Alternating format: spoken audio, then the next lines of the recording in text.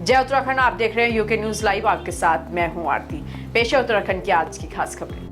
लगातार हो रही बारिश से जहां पहाड़ों में जनजीवन अस्त व्यस्त हो चुका है, वहीं दूसरी ओर पहाड़ों पर ठंड ने भी दस्तक दे दी है। बद्रीनाथ धाम में 2 दिनों तक मौसम का मिजाज बदला हुआ था। इसी के साथ बद्री विशाल के धाम की ऊंची चोटियों में सीजन की पहली बर्फबारी हो चुकी है। विश्व भर से भगवान बद्री विशाल के दर्शन के लिए यात्री पहुंच रहे हैं। इस दौरान जोशीमठ मुख्य बाजार में लंबा जाम लग रहा है, जिससे स्थानीय यात्री और स्कूली बच्चों को कई दिक्कतों का सामना करना पड़ रहा है। हरिद्वार के भगवानपुर में संजीव गोयल क्लिनिक में इलाज कराने आई 45 वर्षीय महिला ने कल रात दम तोड़ दिया, जिसको लेकर परिजनों ने डॉक्टर संजीव गोयल पर लापरवाही बरतने के गंभीर आरोप लगाए और हॉस्पिटल पर जमकर हंगामा किया, जिसकी सूचना भगवानपुर पुलिस को दी गई। मौके पर पहुंची पुलिस ने हंगामा कर रहे परिजनों को समझाया। वहीं परिजन डॉक्टर की गिरफ्तारी की मांग करने लगे। हालांकि परिजनों की तहरीर पर फिलहाल माहौल को देखते हुए पुलिस डॉक्टर को थाने ले आई है।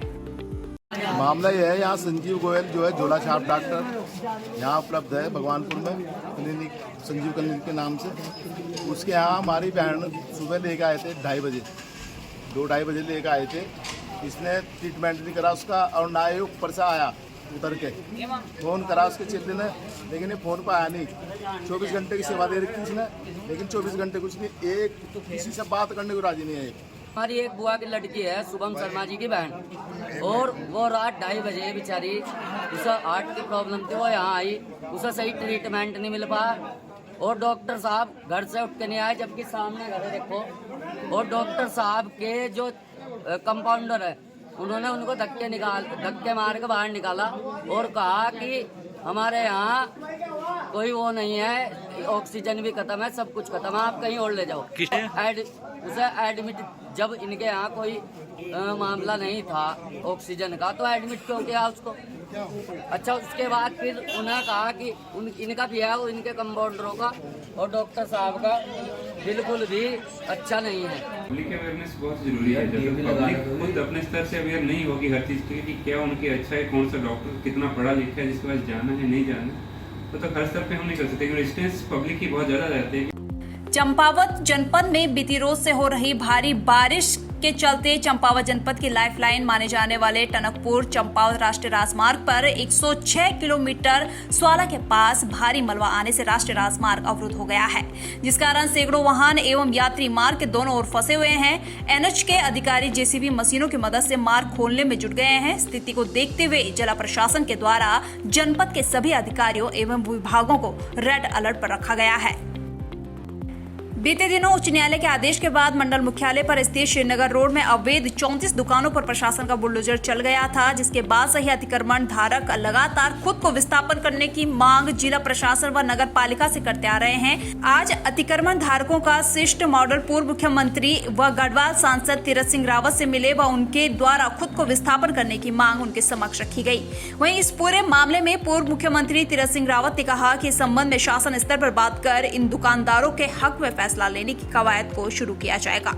यहाँ पे पौड़ी में अतिक्रमण में दुकानें टूटी गई थी, 32 दुकानें टूटी गई थी, और सारे ये लोग यहाँ पे माननीय सांसद महोदय जी को यहाँ पे मिलने के लिए आए थे। और माननीय सांसद जी महोदय द्वारा जो उनको पूरा आश्वासन दिया गया कि जो कोर्ट के आदेश थे, कोर्ट के आदेश के आगे तो कोई भी कुछ नहीं कर सकता है, लेकिन उनके द्वारा आज जो है उनको पूरा आश्वस्त कर दिया गया है कि उनके लिए हम जो है कहीं न कहीं व्यवस्था करेंगे और उनको जो है दुकानें हम देंगे। उसी पे उनका आश्रय और इस तरह का था, तो स्वाभाविक उन लोगों को कष्ट होना, उनका जो उससे पूरी अपनी जो जीविका चलती थी वो बंद हो गई है, तो कष्टकारी तो है ही। निश्चित तो विस्थापन की बात हुई है, तो मैंने विषय हुआ, नगर पालिका चेयरमैन था, तो उन्होंने कहा इस बारे में हम सोचेंगे और हमारा प्लान है। मसूरी में बड़े पैमाने में कट रहे पेड़ों को रोकने को लेकर मसूरी डीएफओ वैभव कुमार द्वारा सख्त कदम उठाए गए हैं। मसूरी में खतरनाक पेड़ क्षतिग्रस्त पेड़ों को काटने के लिए अब से डीएफओ के द्वारा निरीक्षण करने के बाद ही वन विभाग द्वारा अनुमति दी जाएगी। देखिए, कल हमें थोड़ी सूचना मिली थी स्थानीय लोगों से, उनके द्वारा इस जो पेड़ है इसको खतरनाक वृक्ष के तौर पर अनुमति दी गई थी, जिसपे स्थानीय लोगों के द्वारा आपत्ति की गई। आपत्ति के उपरांत तो ये निर्णय लिया गया कि आज मेरे द्वारा स्वयं इसका स्थलीय निरीक्षण किया गया है और क्षेत्र निरीक्षण के उपरांत ये हमारे द्वारा निर्णय लिया गया है कि जो खतरनाक पेड़ देखिए बहुत ही एक सब्जेक्टिव एक टर्म है, और जो हमारी ट्री प्रोटेक्शन एक्ट है उसमें भी प्राविधान ये है कि वैसे खतरनाक पेड़ के लिए अनुमति डिनाई नहीं की जाती, परंतु क्योंकि ग्रीन कवर को मेंटेन करना भी हमारा एक इम्पॉर्टेंट उद्देश्य है, इसलिए इस प्रक्रिया में हम अब सुधार करेंगे आगे से।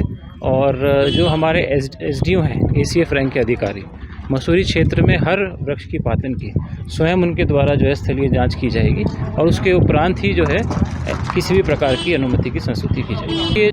नगर पालिका पौड़ी की वार्ड नंबर 7 की सभासद अनीता रावत ने जिलाधिकारी को ज्ञापन सौंप पालिका अध्यक्ष पर उनके साथ अभद्रता करने का आरोप लगाया है। वहीं जिलाधिकारी डॉक्टर आशीष चौहान ने मामले में उन्हें SSP से शिकायत करने को कहा है। अपने ऊपर लगे आरोपों के संबंध में नगर पालिका अध्यक्ष यशपाल बेनाम ने कहा कि यह सभी आरोप आगामी नगर पालिका चुनाव के मद्देनजर उन पर लगाए जा रहे हैं। उन्होंने कहा कि पार्षद नगर पालिका क्षेत्र में हो रहे विकास कार्यों से बौखलाई हुई है और इस वजह से उनके ऊपर पार्षद द्वारा इस तरह के आरोप लगाए जा रहे हैं। इनसे अध्यक्ष रहा हूं और ऐसे कई पार्षदों ने मुझ पे जो है आरोप लगाते रहे हैं।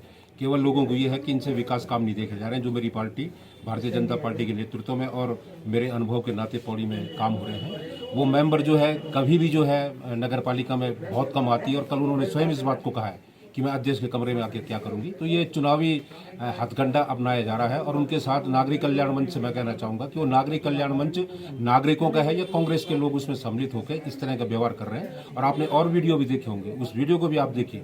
कुछ लोगों के द्वारा, चाहे वो पत्रकारिता से जुड़े हों या कोई आम लोग हों, कुछ नागरिक कल्याण मंच के, वो सिर्फ बदतमीजी की बात कर रहे हैं। वो महिला खुद जो है इस तरह की हरकत करके गई है। तो मुझे बाकी कुछ नहीं कहना है, मैं बिल्कुल शांत स्वभाव में कह रहा हूँ कि पौड़ी की जनता सब कुछ जानती है, और चुनाव जब होगा तब होगा। लेकिन आप किसी पे पारिवारिक लाछन आप बताइए कि सोशल मीडिया में तमाम मेरे बारे में, मेरी नगर पालिका के बारे में, पार्टी के बारे में, मेरे व्यक्तिगत जीवन के बारे में इस तरह की बातें की जा रही है, तो जनता स्वयं देखेगी।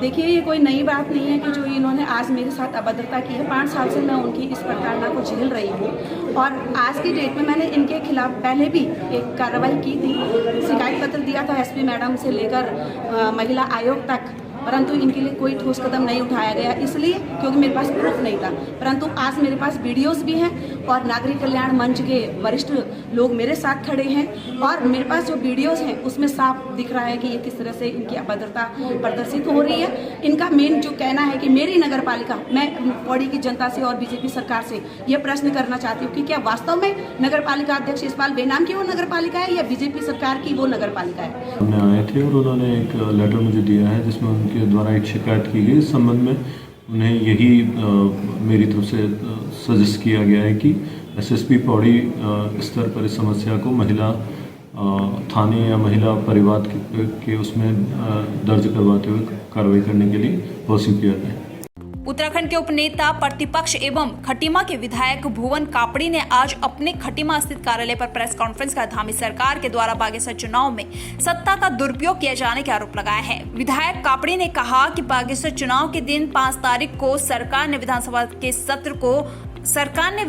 के सत्र में शोक प्रकट करके उसका लाइव प्रसारण किया, जिसका प्रयोग बागेश्वर के उपचुनाव को प्रभावित करने के लिए किया गया। लेकिन बागेश्वर की जनता ने दिखा दिया है कि अब जनता जाग चुकी है, जिसका संकेत है कि सत्ता के दुरुपयोग के बावजूद सत्ता पक्ष का उम्मीदवार बहुत ही कम मार्जिन से जीता है, जिससे कि प्रत्यक्ष होता है कि जनता ने आने वाले चुनाव में भारतीय जनता पार्टी को हटाने का मन बना लिया है। मैं कहना चाहता हूं 5 तारीख बागेश्वर का चुनाव, और सरकार ने विधानसभा का सत्र चलाया। उस सत्र का जो हमारा शोक संवेदना थी उसको लाइव किया, तो सरकार पूरी ओर से विधानसभा तक को जो है चुनाव में लाइव करके प्रसारित कर रही थी। वहाँ हमारे लोगों पे मुकदमा लिखना, मारपीट करना, किसी का सर फोड़ देना, गाड़ियों को सीज करना, साफ साफ सरकार ने सत्ता का दुरुपयोग किया। लेकिन तब भी बागेश्वर की जनता ने कांग्रेस को जितने मत दिए हैं, जितने कम अंतर से कांग्रेस वहाँ पर जो है चुनाव लड़ी है, अंतर कम रहा, उससे स्पष्ट पता चलता है कि उत्तराखंड की जनता भारतीय जनता पार्टी के जन विरोधी फैसलों से के खिलाफ है, और वो जल्द इस सरकार को उखाड़ने का। फिलहाल आज के बुलेटिन में इतना ही। बने रहिए UK न्यूज़ लाइव के साथ। धन्यवाद।